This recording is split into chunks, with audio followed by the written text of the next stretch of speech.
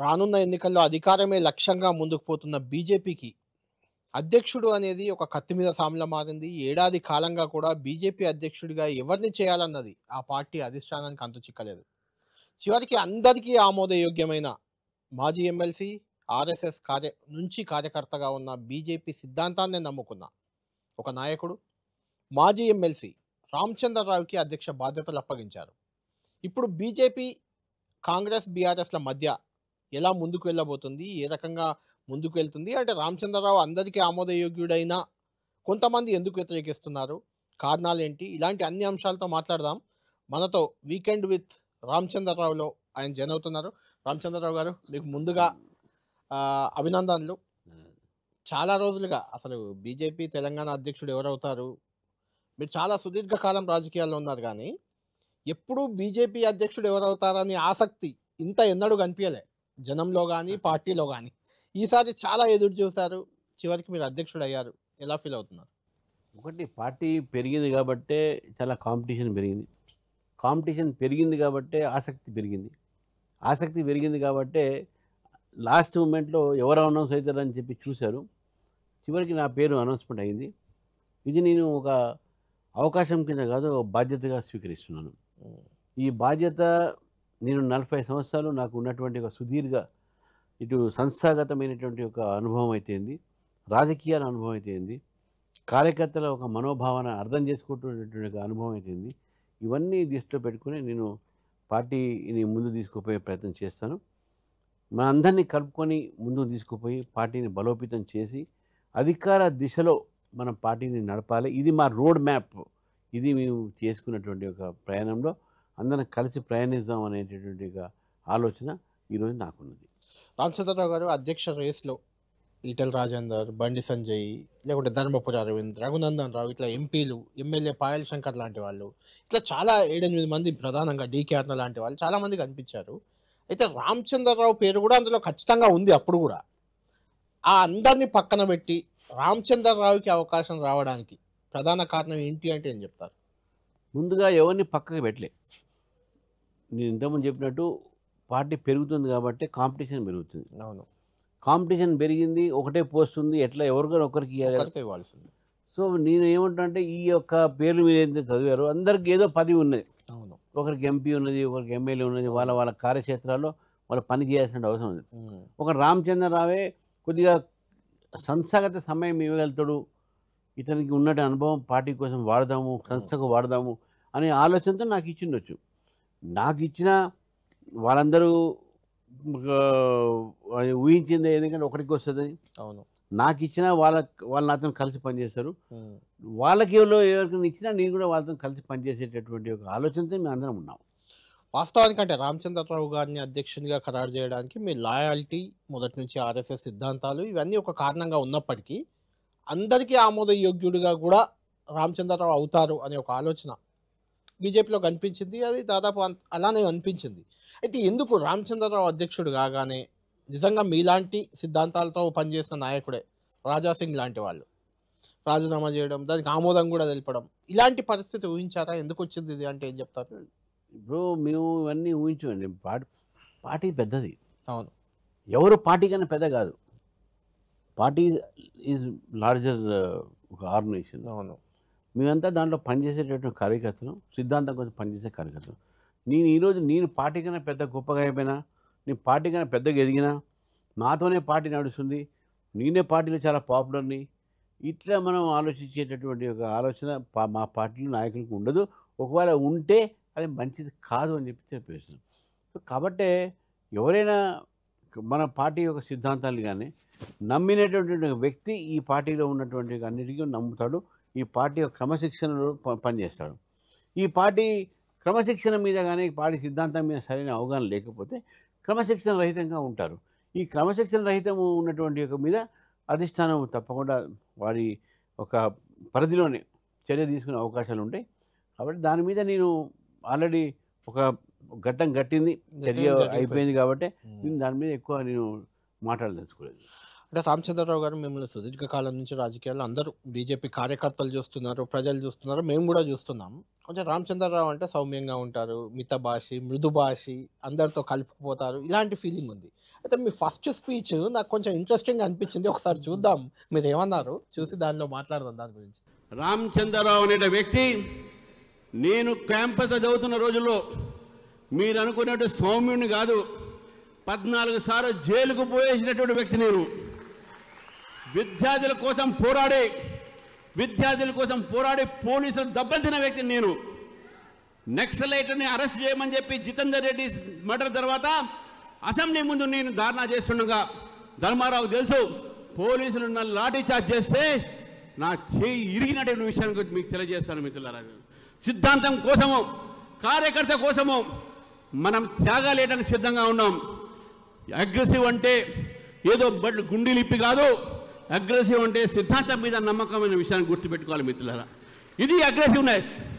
రామచంద్రరావు సోముడు కావచ్చు, మెత్తడు కావచ్చు, ఎస్, కానీ యుద్ధానికి దిగితే ఇప్పుడే నీకు కత్తి తీసాను బయట, కత్తి పొడవగానే ఈరోజు ప్రజాస్వామ్యంలో నడవదు, కానీ ప్రజాస్వామ్య పద్ధతిలో ఈ ప్రభుత్వం వ్యతిరేకంగా పోరాటం చేస్తాం. అంటే ఇది నేను ఎందుకు అడుగుతున్నా అంటే, బండి సంజయ్ని గత ఎన్నికల ముందు మార్చారు. అంటే బండి సంజయ్ అంటే కొంచెం అగ్రెసివ్ అందరూ అనుకుంటుంటారు, హిందుత్వవాది, మీరు కూడా అఫ్కోర్స్ హిందుత్వమే అనుకోండి. అయితే ఆయనను మార్చి కిషన్ రెడ్డి లాంటి వాళ్ళని పెట్టడం చాలా తప్పు, ఆయన వల్లే సీట్లు తగ్గాయి, లేకపోతే అధికారంలోకి వచ్చే బీజేపీకి ఏదో నష్టమైంది సంజయ్ని మార్చడం వల్ల అని ఒక ప్రచారం జరిగింది. ఇప్పుడు మిమ్మల్ని పెట్టినప్పుడు కూడా అలాంటి కొంత విమర్శలు వచ్చాయి, దానికి కౌంటర్ అది? కౌంటర్ నేను అనను, అది స్వతహాగా వచ్చినటువంటి నా మనసులో ఉన్నటువంటి ఆవేదన. ఎందుకంటే నేను ఇప్పుడు మన ఇద్దరం, మీరు ఒక క్వశ్చన్ అడుగుతారు, నాకు వాళ్ళ కోపం వచ్చింది అనుకోండి, నేను ఏం చేస్తాను, దాని మీద ఆన్సర్ ఇస్తాను, లేకుంటే అదే ఒక ఫ్లోతో నేను ఆన్సర్ ఇస్తాను. That is where your aggressiveness should come. అంటే అగ్రెసివ్నెస్, తూకుడు, నేను 2-3 యూట్యూబ్లో ఛానల్స్ చూశాను. అంటే ఎవరో ఇప్పుడు ఈ టైంలో సౌండ్ని పెడితే ఎట్లా, ఆ టైంలో పెడితే ఎట్లా, ఏ టైంలో సౌండ్ పెట్టాలి, ఏదో దూకుడు అంటే ఏంది, అగ్రెసివ్నెస్ అంటే నేను ఎక్స్ప్లెయిన్ చేశాను. గుండెలు ఇప్పడం కాదు, ఇది కాదు. నేను ఈరోజు కూడా చెప్తున్నాను, దూకుడు అన్నా అగ్రెసివ్నెస్ అన్నా రాజకీయాల్లో మనం నమ్మిన సిద్ధాంతాన్ని కట్టుబడి ఉండి దానికోసం పోరాడి, ప్రజల కోసం పోరాడి, ఆ లక్షణాలు మనం ఉంటే అది అగ్రెసివ్నెస్.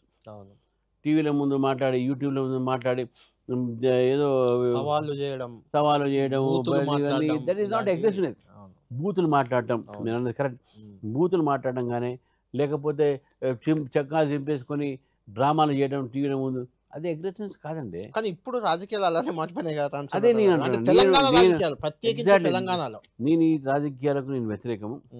నేను ఒక రాజకీయ పార్టీగా, ఒక బాధ్యత కలిగిన పార్టీగా, ఒక బాధ్యత కలిగినటువంటి పౌరుడుగా, ఒక బాధ్యత కలిగినటువంటి కార్యకర్తగా నేను చెప్తున్నాను, ఈ బూత్ రాజకీయాలు, ఈ వ్యక్తిగత విమర్శ రాజకీయాలు, చివరికి వ్యక్తిగత కుటుంబ విషయాల మీద కూడా మాట్లాడే రాజకీయం అసెంబ్లీలో చూసాం. ఏమని ఒకళ్ళొకరు బూతులు తిట్టుకుంటే ఇవాళ చెప్తున్నా, నాకు ఆ టీవీ అసెంబ్లీ సెషన్ నడుస్తున్నప్పుడు పిల్లల్ని చూడలేదు, టీవీ చూడలేదు, ఎందుకంటే వాళ్ళు కొత్త బూతులు నేర్చుకుంటారు. అటువంటి పరిస్థితి తెలంగాణ రావాలండి. తెలంగాణలో మనకు కవులు ఉండే, కాళోజీ అంటే కవులు కానీ, ఎంతమంది సంస్కారమైనటువంటి మన ప్రదేశంలో మా కల్చర్ ఇది బూతులు మాట్లాడడం అంటారు. అదేనా బూతులు మాట్లాడడం కల్చర్ కాదు మన. సరే, కాంగ్రెస్ బీఆర్ఎస్ బూతులు వాళ్ళ సవాళ్ళు పక్కన పెడితే, ఈవెన్ బీజేపీలో అయినా మీరు కంట్రోల్ చేయగలుగుతారా ఇలాంటి మాటల్ని కానీ, ఇలాంటి విమర్శల్ని కానీ? మాకు సంస్కారం అనేది మెయిన్ సార్. ఎందుకు మీ పార్టీలో కూడా శవాలు దౌదాం, శివాలు దౌదాం, మొత్తం రైమింగ్ కోసం ఏమైనా చెప్పినచ్చు. రైమింగ్లో మాట్లాడేటప్పుడు కానీ, ఒక ఆవేశంలో మాట్లాడుతుంటే కానీ పని కట్టుకొని అది ఎక్కడ చేయలేదు. పాత బస్తీ మీద సర్జికల్ స్ట్రైక్ చేయాలని ఇలాంటి మాటలు వచ్చాయి కదా, అలాంటి మీరు కంట్రోల్ చేస్తారా? కంట్రోల్ చేసిన అవసరం లేదు. కాంటెక్స్చువల్ అంటే సందర్భాన్ని బట్టి కొన్ని పదాలు వచ్చిన ఒకవేళ ఎవరిని ఉద్దేశించి లేకపోతే దాని ఇప్పుడు మేము కూడా మా దగ్గర తప్పు మాట్లాడితే మీరు అనుకుంటారు, పిలిచి మాట్లాడతాం వాళ్ళతో, ఇట్లా మాట్లాడొద్దు, మీరు టీవీ మీద ఉంటే మా ఇది పద్ధతి కాదు, ఇది తప్పు, నేను అడుగుతాం వాళ్ళని.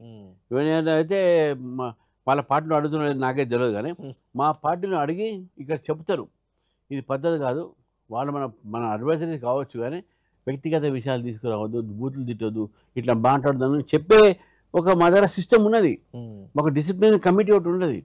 దాంట్లో మేము చెప్తాము. కానీ వాళ్ళు చెప్పరు కాబట్టి వాళ్ళు వాటి కంటిన్యూ చేస్తున్నారు. నేను బూత్ రోజులు పెట్టండి, టీవీ డిబేట్ జరుగుతూ ఉంటే కొట్లాడుకున్న కేసులు మనం చూసినాం కదా. మొన్న కూడా ఒక ఇద్దరు పార్టీ వాళ్ళు చక్కగా కొట్టుకున్నారు. ఇవన్నీ అవసరమా? ఏం డెమోక్రటిక్ టెంపర్మెంట్. నేను అదే అన్న, అందుకనే ఆ రోజు నా స్పీచ్లో ఇంకోటి ఉండే, ప్రజాస్వామ్య తెలంగాణ, వికసిత తెలంగాణ. ఇది కూడా ప్రజాస్వామ్య తెలంగాణ టాలరెన్స్ అని ఉండాలి. ఈ టాలరెన్స్ మీకు ఈరోజు మీకు విమర్శలు చేస్తే జైలుకు పంపిస్తారు, విమర్శలు చేస్తే మీరు ఈరోజు కేసులు పెడుతున్నారు, విమర్శలు చేస్తే మీరు దాడులు చేస్తున్నారు. నేను మొన్న మా కార్యకర్త ఇల్లు బీబీ పాటిల్ గారి యొక్క కాన్స్టిట్యున్సీలో అక్కడ పైడి ఎల్లారెడ్డి గారిని ఇంకో మా పార్టీ కార్యకర్త మన రమణ వెంకటరామరెడ్డి గారి కామారెడ్డి ఎమ్మెల్యే వా జిల్లాలోనే అక్కడ అరుణ్ తరగన జిల్లా అధ్యక్షుడు, వాళ్ళందరూ ఒక నరసింహులు అనే ఒక దళిత్ కార్యకర్త, స్థానిక ఎమ్మెల్యే ఎల్లారెడ్డి ఎమ్మెల్యే ఇల్లు కూలగొట్టించిండు. అది అవసరమా? ఎందుకు కూలగొట్టించిండే? మీకు నిజంగా ఆయన తప్పు చేసి ఉంటే మీరు కోర్టుకు పోండి, కోర్టులో మాట్లాడండి, కూలగొట్ట అవసరం ఉంది అంటే. ఇవన్నీ ఏది ఉన్నాయో ఈ తెలంగాణలో నడవదిగా, ఇటువంటి నడవకూడదు. ఈ పద్ధతి తెలంగాణలో ఉన్నటువంటి రూలింగ్ పార్టీ కార్యకర్తలు నాయకులు మార్చుకోవాలి. మీరు అవునన్నా కాదన్నా మీకు ముందున్న సవాల్ ఇప్పుడు బీజేపీలో ఒక 2 గ్రూపులు. మీరు అవునంటారా ఎలాగూ కాదని అంటారు, కానీ మేమైతే బయట ఉన్న టాక్ చెప్తున్నాను. ఈటెల రాజేందర్ ఒక వర్గం, బండి సంజయ్ ఒక వర్గంగా ప్రచారం ఉంది. ఒకటి బండి సంజయ్ హిందుత్వ అంటారు, ఈటెల రాజేందర్ మరి హిందుత్వ కాదు, ఆయన క్లియర్గా నా ఇంటర్వ్యూలో కూడా చెప్పారు, మరి హిందుత్వ నినాదం కాదు అభివృద్ధి మా నినాదం అంటారు. అంటే అభివృద్ధి వర్సెస్ హిందుత్వ అనుకోండి ఒక రకంగా. బండి సంజయ్ని దింపడంలో ఈటెల రాజేందర్ పాత్ర ఉందని ఇట్లా రకరకాలుగా మీ పార్టీలో గ్రూపులు అయితే ఉన్నాయి. అవి దానికి తెచ్చే ప్రయత్నం ఏమైనా ప్రారంభించారా? వస్తాయా? లేవా? గ్రూపులే లేవా? ఒకటి, మాది హిందుత్వ అనేది ఇది నినాదం కాదు, మా రక్తం, మా నరాల్లోనే హిందుత్వం అనేది మతం కాదు. సుప్రీంకోర్టు చెప్పింది. అవును, సుప్రీంకోర్టు రూలింగ్ ప్రకారం Hindutva is way of life and way of your culture. అది రామా జోషి గారు ఆరోగ్య చేసిన కేసు, మన Manohar Joshi versus state of union of India and state of Maharashtra. ఈ కోర్టు దాంట్లో సుప్రీంకోర్టు క్లియర్ చెప్పింది, Hindutva is not a religious word, జీవన విధానం, అది జీవన విధానం. సో మా జీవన విధానం ఏతుందో భారతీయ సంస్కృతి అనుగుణంగా ఈ హిందుత్వ అనే పదం మేము తీసుకోపోతాం. రెండోది, మతం అనేది మేము ఎప్పుడు కూడా రాజకీయాల్లో వాడం. మా మీద అవతల వాళ్ళని రుద్దితే మేము దానికి ఆన్సర్ ఇస్తాం, కానీ మీ ఎప్పుడు కూడా మతాన్ని ఆధారంగా తీసుకోలేము. ఎందుకంటే మేము ఫస్ట్లో ఈ ఎలక్షన్స్లో పోయింది బిజిలీ సడక్ పానీ, తర్వాత మేము పోయింది వికసిత్ భారత్. మీకు గుర్తున్న అటల్ బిహారీ వాజ్పేయి గారు ఉన్నప్పుడు షైనింగ్ ఇండియా ఇవన్నీ పెట్టినాం మనం. అంటే అవన్నీ అవర్ ఐడియా వాజ్ డెవలప్మెంట్. ఈ రోజు కూడా మనం వికసిత్ భారత్ ఎందుకంటున్నాం? Development. So development is only the ideology of BJP in election. మేము మతం పేరు మీద మాట్లాడే వాళ్ళు మమ్మల్ని ఇరికించడానికి కొన్ని పదాలు తీస్తారు, కొన్ని అంశాలు తీస్తారు, దాంట్లో మేము మాట్లాడుతాం, ఆన్సర్ ఇస్తాం మేము. అంతేగాని రిలీజియస్ బేస్డ్ పాలిటిక్స్కి మేము వ్యతిరేకం. భారతదేశము మీరు సెక్యులర్ ఏదో ఏమైనా పెట్టగానే, సెక్యులర్ కాదు, by Hindu by nature India is secular. మనం ఇజ్రాయెల్ నుంచి జ్యూస్ వస్తే మనం తీసుకున్నాం, మనం ఇరాన్ నుంచి పర్షియన్స్ వస్తే మనం తీసుకున్నాం, ఎన్నో దేశాల నుంచి మన దేశంలో సరదా కోసం మనం తీసుకున్నాం మనం. సో మన దేశంలో ఏంటంటే we have the temperament of assimilating every one. India itself is secular country, India is democratic country. ఇటువంటి దేశంలో మీరు ఈ బీజేపీ ఎప్పుడు కూడా 2 విధానాలు చేయదు. రెండోది, ఇద్దరు వ్యక్తుల గురించి మీరు చెప్పారు. ఇద్దరు వ్యక్తుల ఒక విధానం ఏదున్నా సరే, ఒక ఆలోచన ఒకటే పార్టీ మనం ముందుకు పోవాలి. ఒకరు చెప్పే విధానం ఒకటి ఉంటుంది, ఇంకో చెప్పే విధానం ఉంటుంది. ఈరోజు ఈటెల రాజేందర్ గారు కూడా అలా సంజయ్ గారు కూడా కలిసి పనిచేసేటటువంటి రోజులు మేము చూస్తున్నాము. అయితే ప్రచార ప్రసార సాధనాల్లో ఇద్దరి మధ్యన విభేదాలు ఉన్నాయని చెప్తున్నారు, కానీ నాకు తెలిసినంత వరకు ఇద్దరి మధ్యన విభేదాలు లేవు. ఇద్దరు పార్టీ కార్యకర్తలు అయితే ఒకటి ఉంటుంది దీంట్లో. కొన్ని స్థానికంగా కొంత పత్రికా విలేకరులు, కొన్ని యూట్యూబ్ ఛానల్స్, లేక కొన్ని ఏదో క్వశ్చన్ అడిగినప్పుడు ఏదంటే దానికి మిస్ రిప్రజెంటేషన్ అయి ఉండొచ్చు, మిస్ కోట్ అయి ఉండొచ్చు, దాన్ని మిస్ ఇంటర్ప్రిటేషన్ అయి ఉండొచ్చు ఇవ్వండి. కానీ మా పార్టీలో ఎవరి కూడా మనస్పేదలు లేవండి. అందరు కలిసి మెలిసి పోతా ఉన్నాం. ఈరోజు మేము చెప్పారు మార్చారు గీచారు, కాల పరిమితం తర్వాత ఇప్పుడు నన్ను కూడా 3 years నన్ను మారుస్తారు. ఎవరు వచ్చే తర్వాత ఎస్ కిషన్ రెడ్డి గారు టైంలో మాకు 8 ఎంపీలు వచ్చారు, 7 ఎమ్మెల్యేలు వచ్చారు. బండి సంజయ్ గారి టైంలో మాకు 48 మంది కార్పొరేట్లు వచ్చారు. మేము 2 బై ఎలక్షన్ గెలిచినాం. Every leader has some contribution. కాబట్టి అందరం కలిసి పనిచేస్తున్నటువంటి ఆలోచన మా అందరి గురించి కనబడుతుంది. గ్రూప్స్ మా దగ్గర లేవు, వర్గాలు లేవు, మా దగ్గర మల్టీ పవర్ సెంటర్స్ పర్సన్స్ లేరు.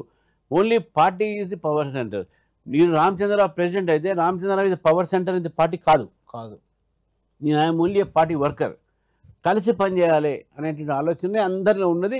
ఒకవేళ ఎక్కడన్నా కొద్దిగా అటు ఇటు చిన్న చిన్న మనిషి అన్న తర్వాత ఆలోచన, ఆఫ్టర్ ఆల్ హ్యూమన్ బీయింగ్స్లో కొద్దిగా, కానీ ఆ భేద అభిప్రాయాలు కూడా కేవలం విధానాల మీద ఉంటుంది కానీ వ్యక్తిగతంగా. రామచంద్రరావు గారు మీతో ప్రధానంగా చివరి వరకు అధ్యక్ష రేస్లో పోటీ పడ్డది ఈటెల రాజేందర్. మిగిలిన చాలా పేర్లు ఉన్నా ఈవెన్ ఆయన మీ నామినేషన్ కార్యక్రమానికి కూడా ఈటెల రాజేందర్ రాలేదు. దాన్ని ఎలా చూడాలి? ఇప్పుడు రాలేదు అనే మాట తప్పది. చాలామంది అందరూ వచ్చారు. సమయం కొంతమంది ఎటు, కొంతమంది ముందు, కొంతమంది తర్వాత. ఆ రోజు ఈటల ధారణ ఉండే జవహర్ నగర్ ధారణ ఉండే, అది పబ్లిక్ ఇష్యూ, అది చేస్తారు. చాలామంది ఇప్పుడు నేను అరవింద్ గారు వారు నాతో ఫోన్లో మాట్లాడి నాకు అర్జెంటుగా పోయేది ఉంది, అందరు నాతో మాట్లాడారు. నేను ఛార్జ్ తీసుకున్నప్పుడు కూడా అందరు వచ్చారు. కొంతమంది లేట్ వచ్చారు. దానికి టైమింగ్ అనేది కాకుండా అటు మహేశ్వర రెడ్డి గారు ఏం అసంతృప్తి అయితే ఏం లేదంటారా? ముందు కూడా సార్ మాట్లాడడం ఏంటి సార్, ఆయన అన్న సమ్మన్న గారు, వాళ్ళ ఫ్యామిలీ, వాళ్ళ కొడుకు వికాసు, వీళ్ళందరూ మా ఇంట్లో ఉంటారండి ఎవ్రీడే. మా ఫాదర్కు శిష్యుడు సమ్మన్న గారు, రాజకీయం చెప్తానండి, మా ఫ్యామిలీ ఫ్రెండ్. నేను ఈటెల రాజేందర్ గారికి నేను ఎలక్షన్ ఇన్ఛార్జ్ని, నేను ఎలక్షన్ ఇన్ఛార్జ్. నాకు ఆయనకి ఏముంటుంది, ఆయన మా ఇంటికి వచ్చి బ్రేక్ఫాస్ట్ చేసిపోయాడు. నేను ఆయన ఇంటికి డిన్నర్ చేసి వస్తుంటారు మధ్యాహ్నం. మా ఇద్దరి మధ్యన ఎటువంటి లేదు. ఒకవేళ ఆయన ఉంది అనుకున్నానంటే వాళ్ళు అట్లా ఆనందపడి. ఇంతకుముందే మీతో అన్నట్టు హిందుత్వ ఒకటి, అభివృద్ధి, ఇట్లా రెండు రకాల వాదన లాగే మీ పార్టీలో నాయకుల మధ్య కూడా ఒకే ఇష్యూపై రెండు అభిప్రాయాలు వ్యక్తం చేస్తుంటారు. అది ఎందుకు వస్తుంది అంటే ఏం చెప్తారు? ఫర్ ఎగ్జాంపుల్ హైడ్రా వచ్చింది, హైడ్రాకు మద్దతుగా మెదక్ ఎంపీ రఘునందన్ రావు మాట్లాడతారు. హైడ్రాకు వ్యతిరేకంగా ఈటెల రాజేందర్ రోడ్డెక్కి ముందుకెళ్తుంటారు. దీనిలో మనము దాన్ని ఇది ఒక్కటే కాదు, ఇంకొకటి కూడా ప్రధాన ఇష్యూ, తెలంగాణలో ప్రధానంగా ఉన్న ఇష్యూ కాళేశ్వరం విషయంలో మొత్తం కమిషన్లు, కేసీఆర్ కుటుంబాన్ని జైల్లో వేయాలి అని బండి సంజయ్ మాట్లాడుతుంటారు. కాళేశ్వరం వల్ల తెలంగాణకు చాలా లాభం జరిగిందని ఈటెల రాజేందర్ చెప్తారు. లాభం జరిగింది, నష్టం జరిగింది ఈ విషయంలో ప్రాజెక్టు మీద కాన్సెప్టు, అది మంచి ప్రాజెక్టా కాదా అనేది భారతీయ జనతా పార్టీగా ఈ తెలంగాణకు మంచి ప్రాజెక్టు, మంచి ఎప్పుడు మేము అపోజ్ చేయలేము. మేము కాళేశ్వరంలో అపోజ్ చేసింది కరప్షన్ విషయంలో ఈటెల రాజేందర్ జరగలేదని ఎప్పుడు చెప్పలేదు. కాళేశ్వరం ప్రాజెక్ట్ కరెక్ట్ తప్పు కాదని చెప్పి మేము ఉన్నాం కదా అసెంబ్లీలో, అప్పుడు కౌన్సిల్ నేను కూడా ఉంటాం కదా. BJP also participated in the power point presentation ఆ రోజు కేసీఆర్ గారు ఇచ్చిన. So BJP never opposed Kaleshwaram, BJP never opposed any, even Hydra కూడా మేము ఏమంటున్నాం ఇప్పుడు ఈ అదే నేను అన్నాను, మనం ఎట్లా చూస్తాం, how you perceive things. Raghunandan గారు హైడ్రా మంచిది అన్నారు. హైడ్రా ఎన్విరాన్మెంటల్ ప్రొటెక్షన్ మంచిది, కానీ బీదవాళ్ళ ఇల్లు కూడగొట్టద్దు, బీదవాళ్ళ ఇల్లు కూడగొడితే మీ ఊరుకో అని చెప్పి రాజేంద్ర గారు చెప్పారు. ఈ రెండో డిఫరెన్స్ ఉన్నది. బీదవాళ్ళు ఒక ఇల్లు గృహప్రవేశం చేసుకుని రోజే కూడగొడితే, ఒకటి సూసైడ్ చేసుకుంటే దాన్ని అపోజ్ చేయాలా లేదా? చేయాల్సింది. మళ్ళీ చేయాల్సింది. ఇప్పుడు ఏదైనా ఉంటే మీరు చెప్పండి, లేకుంటే వాళ్ళకి కాంపన్సేషన్ ఇవ్వండి. అంటే అది మీరే పర్మిషన్ ఇచ్చారు, మీరే వాళ్ళకు హౌస్ నెంబర్ ఇచ్చారు, మీరే కరెంట్ ఇచ్చారు, మీరే అడ్వకేట్ వాళ్ళకు ఓటర్ లిస్ట్ పేర్లు ఇచ్చారు, మీరు గట్ల కూడబడతారండి. అది అక్కడ జరిగింది. ఇంకొకటి ప్రధానంగా బీజేపీ బీసీ ముఖ్యమంత్రి నినాదంతో గత ఎన్నికల్లో ప్రకటన చేసింది నేరుగా. కట్ చేస్తే బీసీ ముఖ్యమంత్రి అని చెప్పారు, కిషన్ రెడ్డిని అధ్యక్షం చేశారనే ఒక విమర్శ అప్పుడు వచ్చింది. ఇప్పుడు కూడా బీసీలు ఇంతమంది పోటీ పడితే రామచంద్రరావును అధ్యక్షునిగా చేశారు.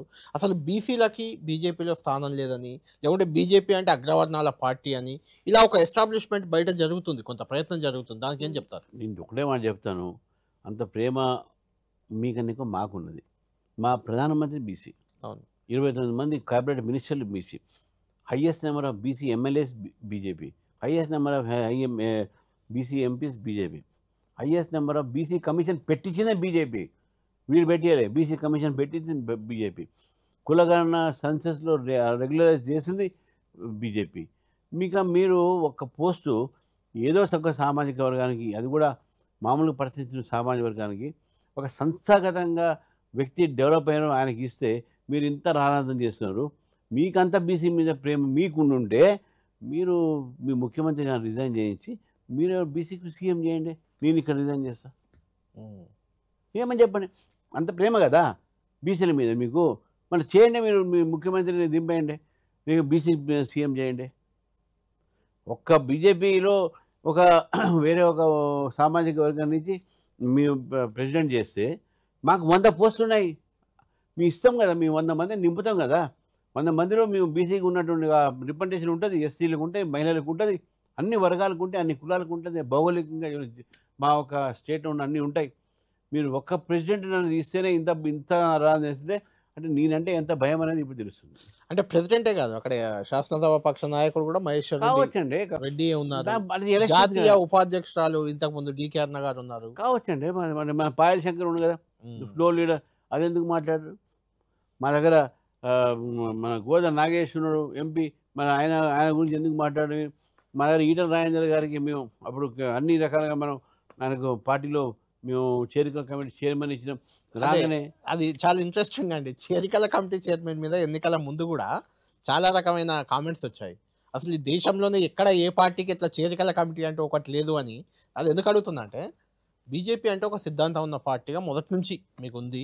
కొంచెం ఆ బీజేపీ సిద్ధాంతాన్ని డైజెస్ట్ చేసుకున్న వాళ్ళు, దాన్ని ఒప్పుకున్న వాళ్ళే ఆ పార్టీలో ఉంటారు, ఆ కమిట్మెంట్ ఉంటుంది అని ఒకటి. అయితే ఈ చేరికల కమిటీని పెట్టి ఎవరిని పడితే వాళ్ళని చేర్చుకున్నారు.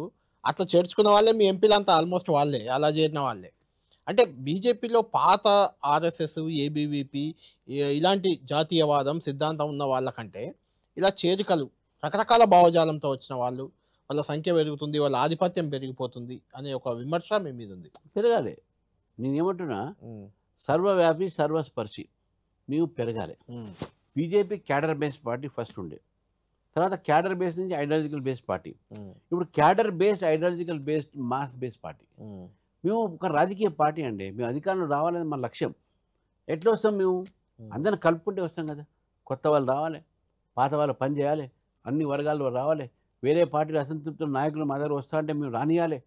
ఎందుకంటే ఇప్పుడు రాజకీయాల్లో ఇప్పుడు మేము పెరగాలంటే మాకు ఉన్నటువంటి పవర్ మేము పెంచుకోవాలి, బలాన్ని. మాకున్నటువంటి బలం మీరు చెప్పారు. మా గతంలో ఒకటే ఎమ్మెల్యే ఉండే, ఈరోజు 7-8 మంది ఎమ్మెల్యే ఉన్నారు. గతంలో మాకు 4 ఎంపీలు ఉండే, ఇప్పుడు 8 మంది ఎంపీ. ఎట్లా పెరుగుతున్నారు? మాకు కొత్త సెక్షన్స్ని తీసుకొస్తున్నాం మా దగ్గర. నేను కూడా నిన్న హిందూలో ఒక ఇంటర్వ్యూ ఇచ్చాను, నాకు చెప్పాను, ఇతర పార్టీలో వాళ్ళ పార్టీలో అసంతృప్తిగా ఉంటే మోదీ గారి యొక్క పాలసీస్ మీద విశ్వాసం పెట్టి బీజేపీ సిద్ధాంతాన్ని నమ్ముతున్నా మా పార్టీలో చేరండి, మా పార్టీలో చేరండి, ఇక్కడ మంచి అవకాశాలు ఉన్నాయి. Bharatiya Janata party the growing party. ఈరోజు ప్రజలు బీజేపీ పెరుగుతున్నది, బీజేపీ చూస్తూ ఉన్నారు, నెక్స్ట్ వీళ్ళకి అధికారం ఇద్దాం మనం అనే ఆలోచన ఉన్నారు. కాబట్టి మా పార్టీలో వస్తే మీకు రాజకీయ భవిష్యత్తు ఉంటుంది, మేమే ఆహ్వానిస్తున్నాం. సో కాబట్టి నథింగ్ రాంగ్ నో. తర్వాత చేరికల కమిటీ అని పేరు చేరికల కమిటీ, కానీ ఇది బేసికల్లీ అవుట్ రీచ్ కమిటీ. మా దగ్గరకు రాని, ఎందుకంటే మా దగ్గర గతంలో మీరు చెప్పినట్టు కొంతమంది ఉండే, ఇవి పెరగాలి కదా మేము కూడా. లేకుంటే మా మీద అదే మా మీద ఆరోపణ ఉంటుంది, వీళ్ళు ముగ్గురే వీళ్ళు నలుగురే అని అంటారు. మేము పెరగాలంటే మేము తీసుకొని రావాల్సింది, కొత్త రక్తాన్ని తీసుకురావాల్సిందే, కొత్త వాళ్ళని తీసుకురావాల్సిందే, కొత్త నాయకత్వం తీసుకురావండి. బయట నుంచి నాయకత్వం వస్తా అంటే మేము తీసుకురావాల్సిందే. We are for it, we want to transform ourself. We are political party, not a charitable trust. Ramachandrarao garu, ఎందుకు అంటే మీరు అధ్యక్షుడు కాగానే రామచంద్రరావుని అధ్యక్షుడిగా చంద్రబాబు చేయించారు అనే విమర్శ ఎందుకు వచ్చింది?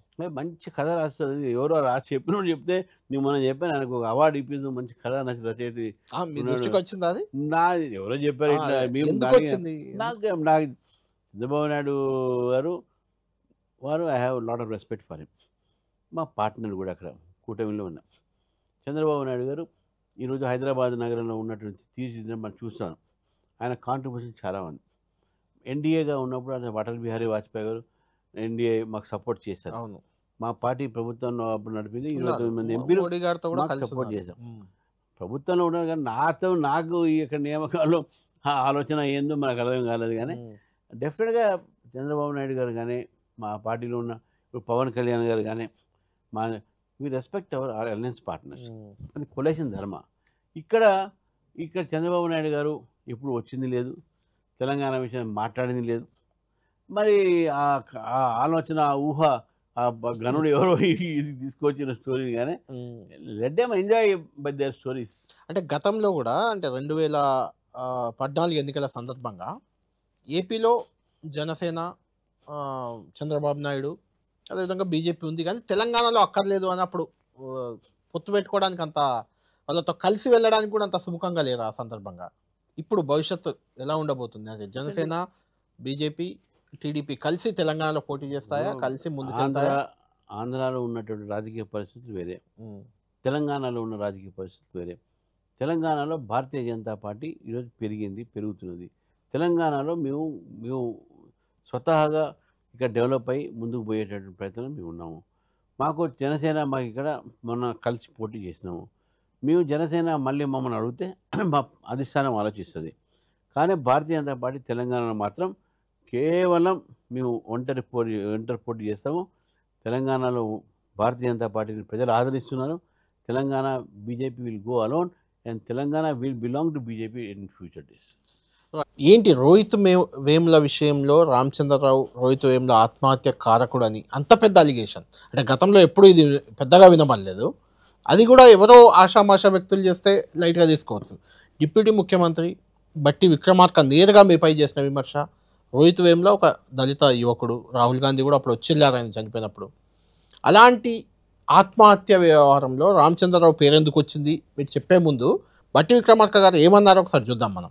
అంబేద్కర్ స్టూడెంట్స్ అసోసియేషన్ ఆ యూనివర్సిటీలో జరుగుతున్నటువంటి సంఘటనలన్నింటినీ గమనించి ఇక్కడ ఆత్మగౌరవంతో బతకటానికి కావలసినటువంటి హక్కుల గురించి పోరాటం చేస్తూ ఆ యూనివర్సిటీ అధికారులకి విజ్ఞాపనలు ఇస్తున్నటువంటి సందర్భంలో వాళ్ళని అడ్డుకొని ఏబీఈపీ ఆధ్వర్యంలో సుశీల్ కుమార్ అనేటువంటి ఆ యూనిట్ అధ్యక్షుడిగా ఉన్నటువంటి వ్యక్తి అడ్డుకొని కావాలని వీళ్ళని దేశద్రోహులుగా చిత్రీకరిస్తూ ఒక కంప్లైంట్ యూనివర్సిటీ అథారిటీస్ ఇవ్వటమే కాకుండా భారతీయ జనతా పార్టీకి సంబంధించిన నాయకత్వాన్ని కూడా అందించి వీళ్ళపైన కేసులు పెట్టి చర్యలు తీసుకునే విధంగా పైనుంచి అంటే హ్యూమన్ రిసోర్సెస్ మినిస్టర్ దగ్గర నుంచి కింది స్థాయి అక్కడ ఉన్నటువంటి స్థానిక ఎమ్మెల్సీ రామచంద్రరావు గారి ద్వారా ఒత్తిడి చేపించి చివరికి రోహిత్ వేములతో పాటు ఒక 4-5 స్టూడెంట్స్ని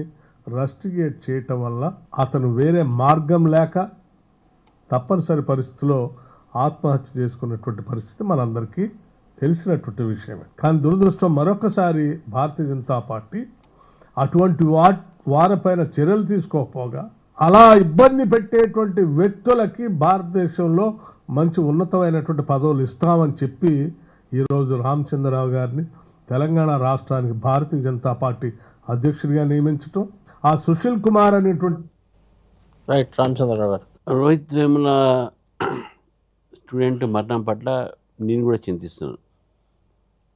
దురదృష్టసాధం ఏంటంటే మిత్రుడు బట్టి విక్రమార్క కానీ వీళ్ళు సూసైడ్ నోట్ చదవాలి. సూసైడ్ నోట్లో ఆయన సొంతంగా చెప్పింది అది కారణాలు ఎవరిది కాదు, నేనే మనస్తాపం చెంది నాకు కొన్ని కారణాలు ఉన్నాయని చెప్పేసి ఎవరి మీద ఇక్కడ బ్లేమ్ లేదు, చెప్పలే.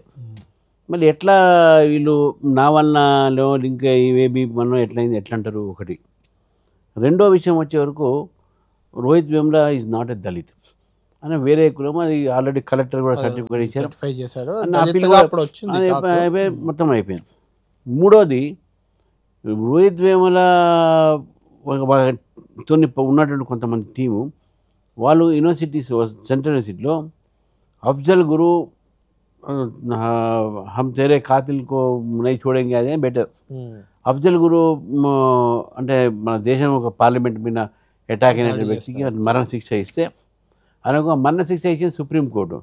అంటే సుప్రీంకోర్టు మీద మన దేశ వ్యతిరేకంగా కాశ్మీర్కు ఆజాదీ దెంగే అనేది, మరి కాశ్మీర్ భారతదేశం విడిపోవాలి, ఇటువంటి ఒక నినాదాలతో పోస్టర్స్ పెట్టారు.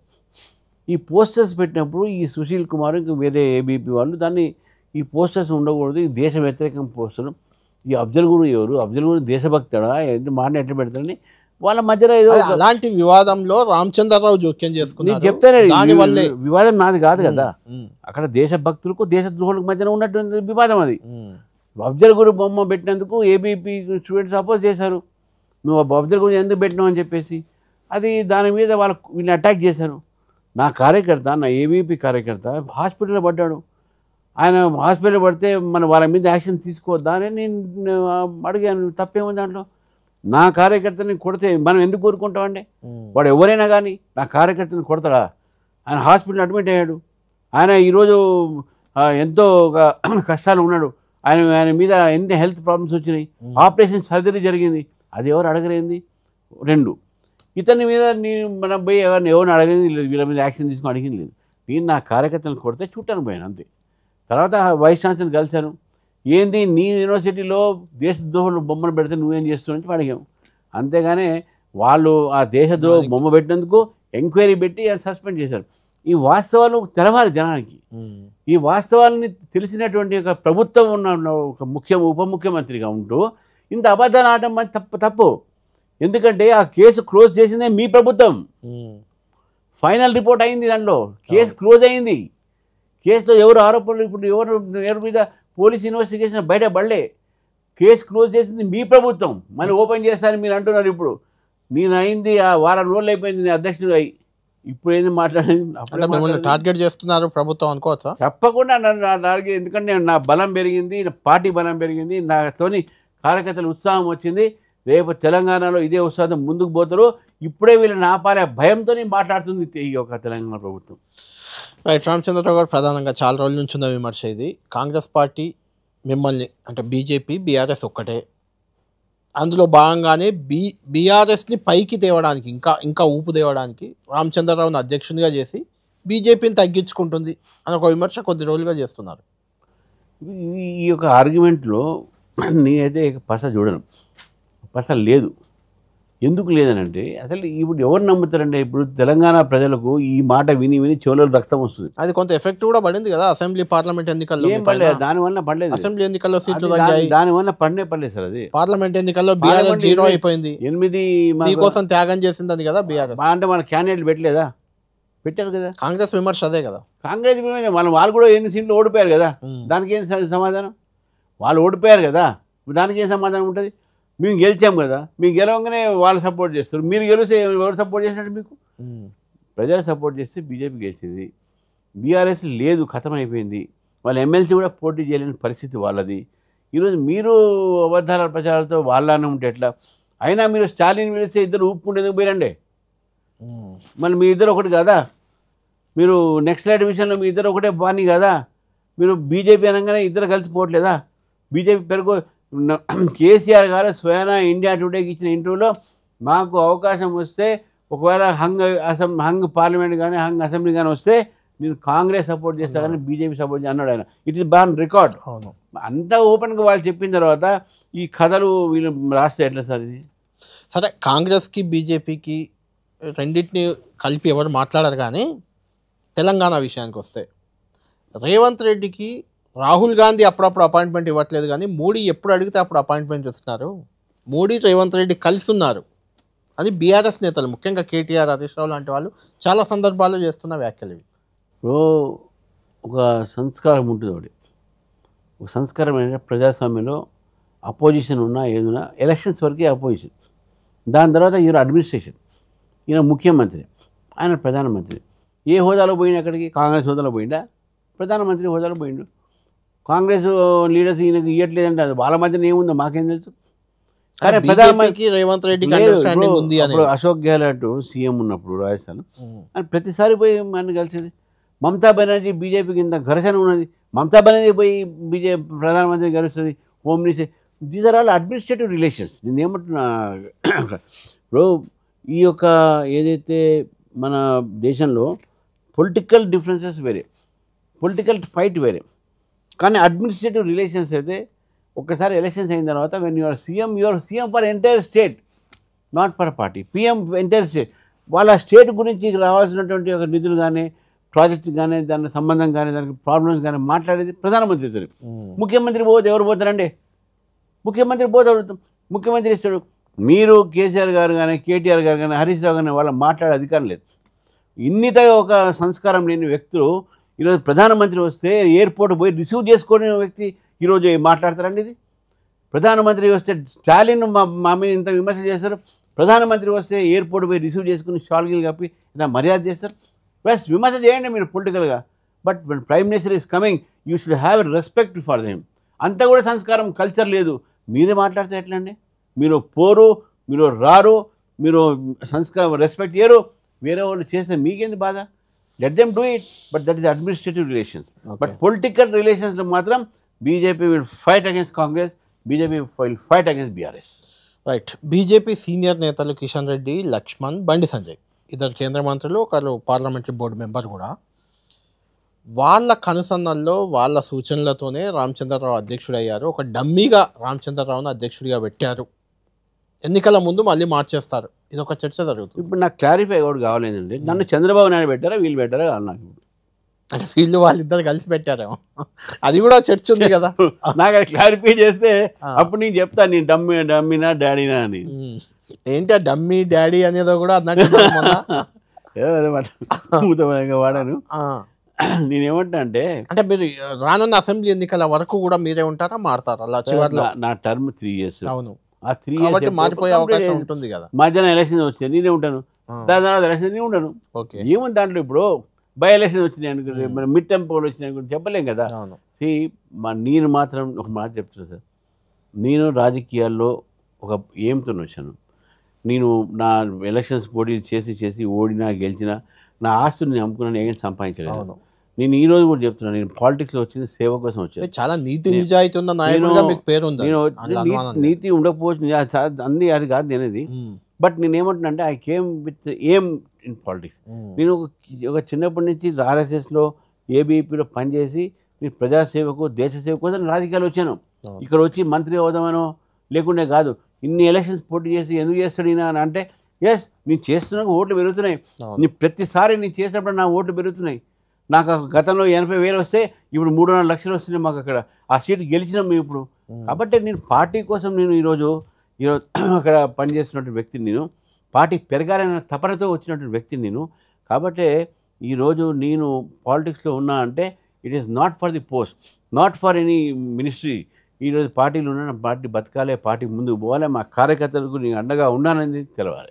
రామచంద్రరావు గారు, ఇప్పుడు మీకు ప్రధానంగా అధ్యక్షుడు కాగానే ఒక 2-3 సవాల్స్ వస్తున్నాయి ఈ ఏడాదే. ఒకటి స్థానిక ఎన్నికలు. గ్రౌండ్ లెవెల్లో పెద్ద బీజేపీకి బలం లేదని ఒకటి ఉంటుంది చర్చ జనరల్గా. అంటే పట్టణాల్లో ఉంటుంది కానీ కొంచెం గ్రామాల్లో కొంచెం తక్కువ అనేది. తర్వాత జూబ్లీ హిల్స్ నగరం నడిబొడ్డున ఉప ఎన్నిక జరగబోతుంది 6 నెలల్లో. ఆ తర్వాత జిహెచ్ఎంసీ ఎన్నికలు కూడా రాబోతున్నాయి. ఈ సవాళ్లను రామచంద్రరావు సామర్థ్యానికి పరీక్షగా మారబోతున్నాయి. దీన్ని ఎదుర్కోవడానికి సిద్ధంగా ఉన్నారా? దీన్ని బేస్ చేసుకొని రామచంద్రరావు నాయకత్వాన్ని అంచనా వేయచ్చా? ఇప్పుడు రామచంద్రరావు అంటే ఒక వ్యక్తి ఒకటే కాదు కదా. రామచంద్రరావు ప్రెసిడెంట్ భారతీయ జనతా పార్టీకు, భారతీయ జనతా పార్టీలో రామచంద్రరావుతో పాటు అనేక మంది నాయకులు ఉన్నారు. ఇది అందరి ఒక రెస్పాన్సిబిలిటీ. ఇది కలెక్టివ్ లీడర్షిప్తో ఈ యొక్క ఛాలెంజెస్ మేము ఫేస్ చేస్తాం. GHMC elections, Jubilee hills elections కానీ ఇది కానీ ఏది లోకల్ బాడీస్. ఈ లోకల్ బాడీస్ మీరు అన్నారు ఇప్పుడు గ్రామీణ ప్రాంతాల్లో తక్కువ ఉంది. ఒకప్పుడు అట్లా, ఇప్పుడు కాదు. మేము ఇప్పుడు గ్రామీణ ప్రాంతాల్లోనే 7 ఎమ్మెల్యేలు గెలిచారు. కానీ స్థానిక ఎన్నికల్లో మీరు బీఆర్ఎస్ కాంగ్రెస్తో పోటీ పడగలరా? తప్పకుండా సార్. ఇప్పుడు మేము ఎంపీ ఎమ్మెల్యేలకు పోటీ పడినప్పుడు దాంట్లో ఎందుకు పడినా first time we're going to concentrate. మేము గతంలో లోకల్ బాడీస్ అంతా పోటీ చేయకపోయింది. అవును, కానీ ఇప్పుడు చేస్తాం. వార్డ్ మెంబర్తో మొదలుపెట్టి జెడ్పీటీసీ దాకా మొదలుపెట్టి మేము పోటీ చేస్తాం. పంచాయత్ పార్లమెంట్ అనేది మా నినాదం. సో కాబట్టి అటువంటి ఒక ఆలోచనతో ఉన్నాం. మా ఒక మెంబర్షిప్ 40 లక్షలు అయింది.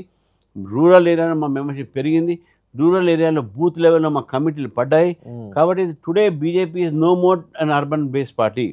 టుడే బీజేపీ ఈజ్ మొత్తం యూనిఫామ్గా డెవలప్ అవుతున్నటువంటి ఒక యూనివర్సల్ ఒక ఇమేజ్ తెలంగాణలో వచ్చినటువంటి పార్టీ ఇది.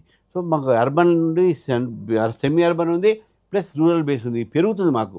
కాబట్టి మేము లోకల్ బాడీ పోటీ చేస్తాం. నేను తప్పకుండా నా నమ్మకం ఉంది BJP will win maximum seats.